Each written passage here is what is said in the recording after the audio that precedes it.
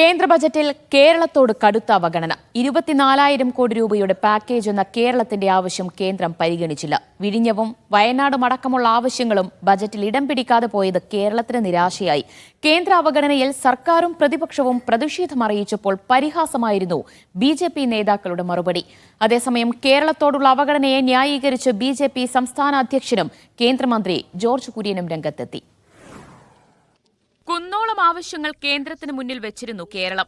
കൈക്കുമ്പിളിൽ ഒതുങ്ങുന്നതെങ്കിലും കിട്ടുമെന്ന് പ്രതീക്ഷിച്ചു. വിഴിഞ്ഞം തുറമുഖവും വയനാട് പാക്കേജുമെങ്കിലും നിർമ്മലാ സീതാരാമന്റെ ബജറ്റിൽ ഉൾപ്പെടുമെന്ന് കേരളം കണക്കുകൂട്ടി. പക്ഷേ ഒന്നും സംഭവിച്ചില്ല. എയിംസും കോച്ച് ഫാക്ടറിയും അടക്കമുള്ള കാലങ്ങളായുള്ള ആവശ്യങ്ങളും നിരാകരിക്കപ്പെട്ടു. കടമെടുപ്പ് പരിധി ഉയർത്തണമെന്ന ആവശ്യവും ചെവിക്കൊണ്ടില്ല. ഇതോടെ കേരളത്തിന് നിരാശ നൽകുന്നതായി മാറി ബജറ്റ്. ഭരണഘടനയുടെ ഫെഡറൽ സ്വഭാവത്തെ തന്നെ ലംഘിക്കുന്നതാണ് ബജറ്റിലെ സമീപനമെന്ന് മുഖ്യമന്ത്രി പിണറായി വിജയൻ കുറ്റപ്പെടുത്തി.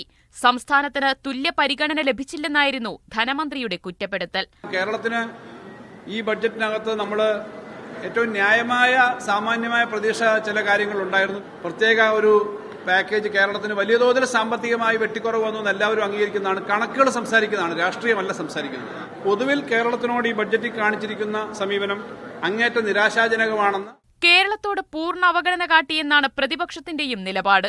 അടിസ്ഥാനപരമായ വിഷയങ്ങളോട്, പ്രൈമറി സെക്ടറിനോടും സെക്കൻഡറി സെക്ടറിനോടും എല്ലാം നിരുത്തരവാദിത്തപരമായ നിലപാടാണ് ഈ ബജറ്റ് സ്വീകരിച്ചിരിക്കുന്നത്.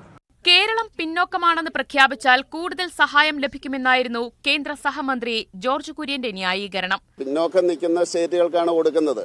കേരളം പിന്നോക്കമാണെന്ന് പ്രഖ്യാപിക്കൂ, അപ്പോൾ കിട്ടും. ഞങ്ങൾക്ക് റോഡില്ല, ഞങ്ങൾക്ക് വിദ്യാഭ്യാസം ഇല്ല, ഞങ്ങൾക്ക് അങ്ങനെയുള്ള കാര്യമില്ല എന്ന് കേരളം പ്രഖ്യാപിച്ചാൽ അത് കമ്മീഷൻ പരിശോധിക്കും. വയനാടിന് പാക്കേജ് അനുവദിക്കാൻ ഇത് കേരള ബജറ്റ് അല്ലല്ലോ എന്നായിരുന്നു BJP സംസ്ഥാന അധ്യക്ഷൻ K. സുരേന്ദ്രന്റെ പരിഹാസം. മീഡിയ 1 തിരുവനന്തപുരം.